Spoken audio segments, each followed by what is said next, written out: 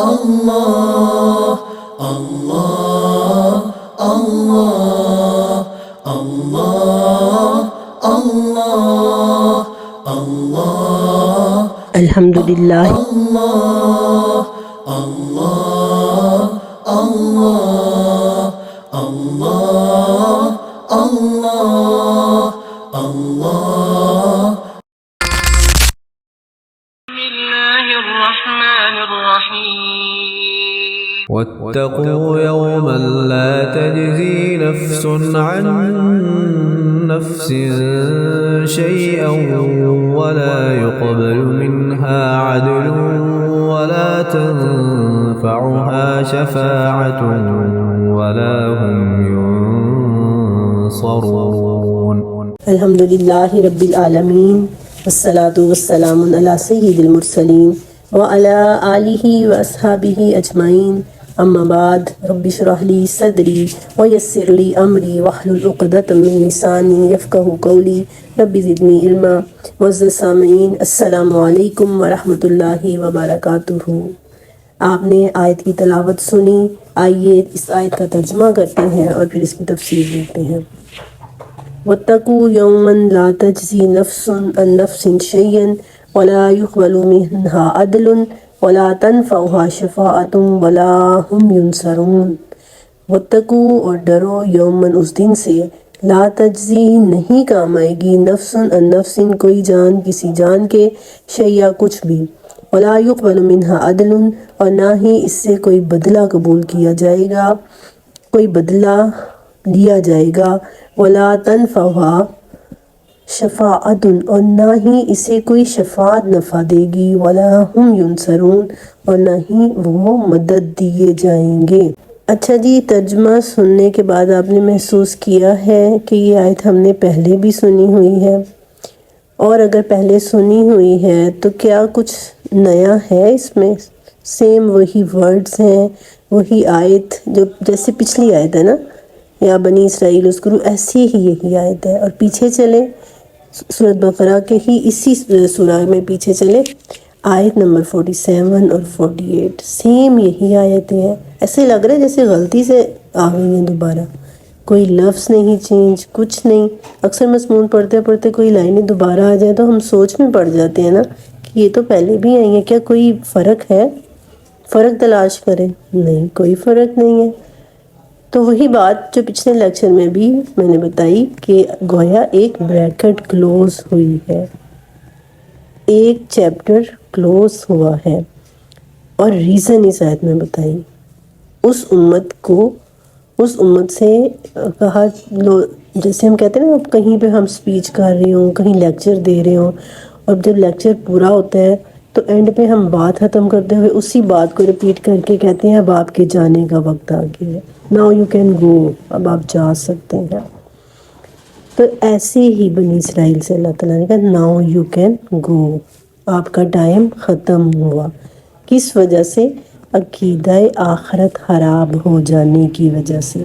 بات شروع بھی یہیں سے کی ہے اور بات ختم بھی یہیں پہ کی ہے کہ عقیدہ آخرت ختم ہونے کی وجہ سے اب آپ کا ٹائم، اللہ نے نعمتیں دیں، تم لوگوں نے نافرمانیاں کی، ساری نعمتوں کا ذکر کیا، نافرمانیوں کے واقعات سنائے، اور اب کہا ناؤ یو کین گو. اور اب مخاطب حضرت ابراہیم علیہ السلام کے دوسرے بیٹے کی نسل ہے، یعنی ہم لوگ. تو کیا یہ لوگ آخرت پر ایمان نہیں لاتے تھے؟ بنی اسرائیل جو تھے، جو پہلے خیر امت تھی، کہ وہ آخرت پر ایمان نہیں لاتے تھے؟ یقیناً لاتے تھے، نبیوں کو مانتے تھے. عقیدے کے اندر خرابی آ گئی تھی، عقیدے کے اندر کمزوری آ گئی تھی. اور خرابی کیا تھی اس پہ آج ہم تھوڑی سی بات کریں گے کہ خرابی کیا تھی. اپنے ہی گمان میں وہ لوگ یہ سمجھنے لگ گئے تھے کہ ہم نبیوں کی چہیتی امت ہونے کی وجہ سے نہ ہی تو ہم سے باز پرس ہوگی اور نہ ہی ہمارے علاوہ کوئی جنت میں جائے گا. ہم اللہ کی نحن ابناء اللہ وَأَحِبَّاؤُهُ، ایک اور جگہ پہ فرمایا ہم اللہ کے محبوب ہیں، ہم اس کے بیٹے ہیں، اسی لیے ہم نے جنت میں جانا ہے۔ تو فرمایا کہ یہ عقیدے ان کا یہ عقیدہ خراب ہو گیا تھا۔ اس دن سے ڈرو جس دن کوئی جان کسی جان کے کام نہیں آئے گی، نہ کوئی بدلہ قبول کیا جائے گا، نہ کوئی شفاعت اور نہ ہی کسی قسم کی کوئی مدد دی جائے گی۔ تو پھر اب جب ہم خیرہ امہ ہوئے ہیں تو کیا ہمارے عقیدہ آخرت میں وہ خرابی نہیں ہے؟ کیا آج ہمارا عقیدہ آخرت بالکل ٹھیک ہے؟ کیسے ہو سکتا ہے؟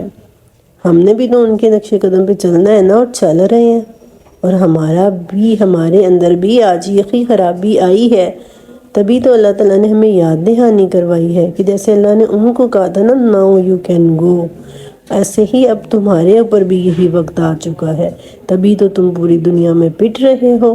آئیے دیکھتے ہیں کیسے ہمارا عقیدہ آخرت بھی خراب ہو چکا ہے، تھوڑی سی بات اس پہ کرتے ہیں۔ جی تو اب ہم نے دیکھنا ہے کہ عقیدہ آخرت تو ہمارا بھی خراب ہو چکا ہے۔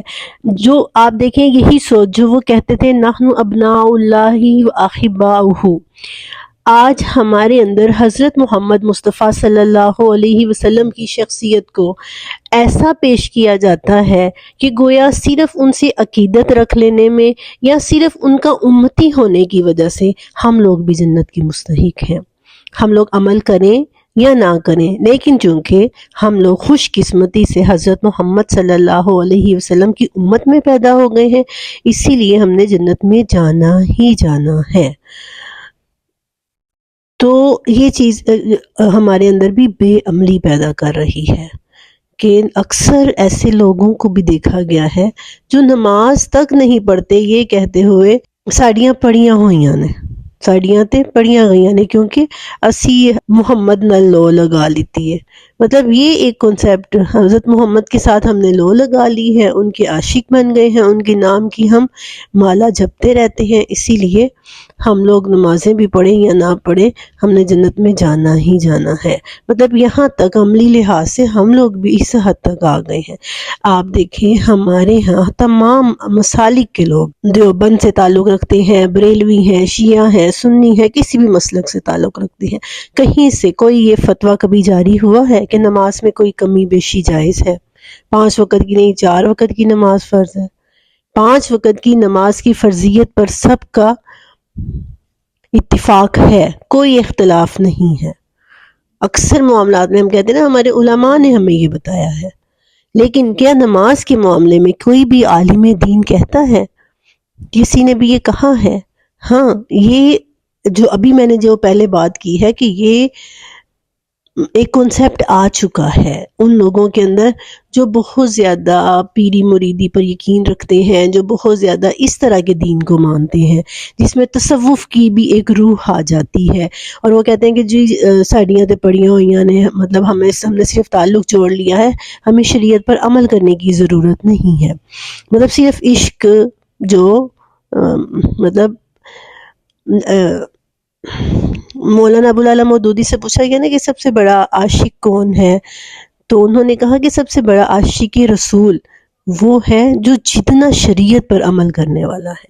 مطلب ایک بندہ ہے جو بڑی لمبی لمبی نمازیں پڑھتا ہے اور پھر چھوڑ بھی دیتا ہے، اور ایک بندہ ہے جو صرف فرض پڑھتا ہے لیکن پابندی کے ساتھ پڑھتا ہے، تو وہ اس سے بڑا عاشق ہے، وہ اس سے بڑا، کیونکہ وہ شریعت کا جو شریعت کا جتنا تابع ہوگا وہ اتنا ہی بڑا عاشق رسول ہوگا۔ تو یہ چیز جو ہے نا یہ ہمیں سمجھنے کی ضرورت ہے۔ ہم مسلمانوں کے اندر بھی بے عملی وہ عقائد پروان چڑھائے جا رہے ہیں جو بے عملی کی طرف لے کر آتے ہیں۔ اکثر لوگوں سے جب یہ بات کی جاتی ہے کہ رسول اللہ صلی اللہ علیہ وسلم یہ کیا کرتے تھے، آپ صلی اللہ علیہ وسلم کے صحابہ اکرام یہ کیا کرتے تھے، تو آگے سے جواب یہ ملتا ہے کہ وہ تو وہ تھے، ہم تو وہ نہیں ہو سکتے نا، ہم تو ان کے قدموں کی حاک بھی نہیں ہے۔ بھئی وہ ٹھیک ہے، ہم ان کے قدموں کی حاک بھی نہیں ہے، لیکن انہوں نے جو عملی نمونے پیش کیے وہ کس لیے تھے؟ وہ ہمارے لیے لقد کان لکم فی رسول اللہ اسوۃ حسنۃ۔ تمہارے لیے رسول اللہ کی ذات میں بہترین اسوہ حسنہ ہے۔ تو میں نے نماز کی مثال دی۔ اب ہم لوگوں میں سے کتنے لوگ ہیں جو 5 وقت کی نماز پابندی سے پڑھتے ہیں؟ مرد کی نماز تو گھر میں ہوتی ہی نہیں ہے۔ کتنے مرد ہیں جو 5 وقت کی نماز کے لیے مسجد میں جاتے ہیں جمعے کے لیے، وہ بھی سستی کے ساتھ؟ آہستہ آہستہ وہ بھی کم ہو جائے گا۔ ظاہر ہے پھر ایسے ایک عمل چھوڑے پھر دوسرے بھی چھوٹتے چلے جاتے ہیں جب زوال آتا ہے امتوں کا۔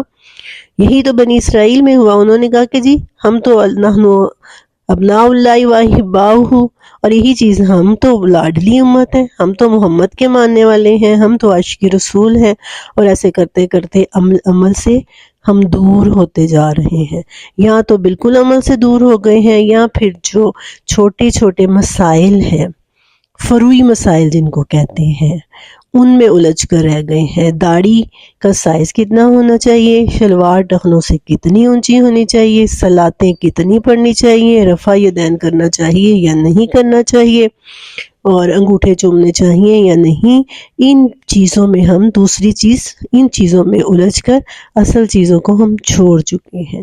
تو یہ عقیدے آخرت کی جو خرابیاں بنی اسرائیل میں آئی تھیں، اور اللہ نے ان کو کہا تھا اس دن کوئی جان کسی جان کے کام نہیں آئے گی، اور یہی چیز اگرچہ نبی پاک صلی اللہ علیہ وسلم کی یہ حدیث موجود ہے کہ جو کلمہ پڑھے گا ایک دفعہ، جو دل سے ہو کر کلمہ پڑھے گا وہ جنت میں ضرور جائے گا، لیکن ساتھ ہی آپ صلی اللہ علیہ وسلم نے یہ بھی بتا دیا کہ یہ عمل کرنے والے کو، یہ برا عمل کرنے والے کو یہ سزا ملے گی، یہ اچھا عمل کرنے والے کو یہ جزا ملے گی، یعنی سزا پانے کے بعد، جہنم میں سے ڈبکیاں کھانے کے بعد پھر جنت میں جایا جائے گا۔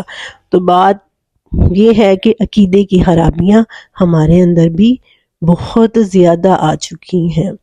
ہم لوگ بھی، بہت سے ہمارے گھرانے ایسے ہیں جو دین کے ساتھ انہوں نے صرف اتنا تعلق رکھا ہوا ہے کہ 12 ربیع الاول پہ اتنا بڑا میلاد کرنا ہے، کوئی فوت ہو گیا ہے اتنا بڑا 40واں کرنا ہے، اتنا بڑا ساتھا کرنا ہے، اور ایسے ہی اگر شادی اور بیاہ کی رسم ہے تو اتنی بڑی دعائیں خیر کر لیں گے۔ مطلب دین کے ساتھ ہمارا صرف اتنا تعلق رہ گیا ہے، اور یہ سب عقیدہ آخرت کی خرابی کی وجہ سے ہے، اور دین کی تعلیمات سے دوری کی وجہ سے ہے۔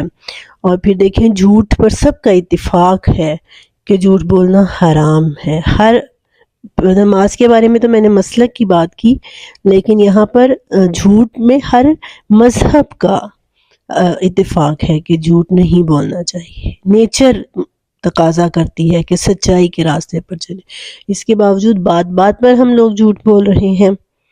کس وجہ سے؟ یہ بھی عقیدہ آخرت کی کمزوری کی وجہ سے ہے۔ سود کے حلال ہونے پر ہم حجیتیں تلاش کرتے ہیں، نہیں بھائی اس طرح ہو سکتا ہے، اس طرح ہو سکتا ہے، ایسے جائز ہے، ایسے کیا جا سکتا ہے، اور مال پر زکوٰۃ نہ دینے کے بھی ہمارے پاس لاکھوں بہانے ہیں۔ تو یہ ساری چیزیں عقیدے کی کمزوری ہے، اور سب سے ایک اہم چیز جو ہم لوگوں نے چھوڑ دی ہے، اللہ کے راستے میں جہاد کرنا۔ وہ جہاد تلوار کے ساتھ ہے، وہ جہاد نفس کے ساتھ ہے۔ جہاد کا مطلب یہی ہے نا، کوشش کرنا، اپنے آپ کو لگانا، اپنا ٹائم، اپنی صلاحیتیں اللہ کے لیے لگانا۔ لیکن ہم اس کو ویسٹ آف ٹائم کہتے ہیں۔ ہم یہ سمجھتے ہیں کہ اس سے ہمیں حاصل کیا ہو رہا ہے، کیا حاصل ہو رہا ہے، کتنے کو ویوز لے لیں گے آپ قرآن پہ ویڈیو بنا کے، یا اسلامک ہسٹری پہ آپ کے کتنے کو ویوز آ جائیں گے۔ تو مطلب یہ چیزیں جو ہے نا، یہ ہم نے سوچنا شروع کر دی ہیں، جدوجہد ہم نے دین کے لیے کرنی چھوڑ دی ہے۔ تو یہ ساری چیزیں عقیدہ کی خرابی ہیں، یہ وہی چیزیں ہیں جو بنی اسرائیل کو تباہی کی طرف لے کر آئیں، اور اب مسلمانوں کو بھی لا چکی ہیں۔ تو اللہ سے دعا ہے کہ اللہ تعالی ہمیں اپنی عظمت رفتہ کی طرف لوٹنے کی توفیق عطا فرمائے۔ تو ہمیں وہ جو ہے نا پیوستہ رہ شجر سے امیدیں، ہمیں اپنے ماضی سے سیکھنے کی توفیق عطا فرمائے، اور صحابہ کرام کے اور رسول اللہ صلی اللہ علیہ وسلم کے عمل پر ہمیں پیرا ہونے کی توفیق عطا فرمائے، قرآن کو سمجھنے والا بنائے۔ آمین۔ وآخر دعوانا ان الحمد للہ رب العالمین، وما علینا الا البلاغ المبین۔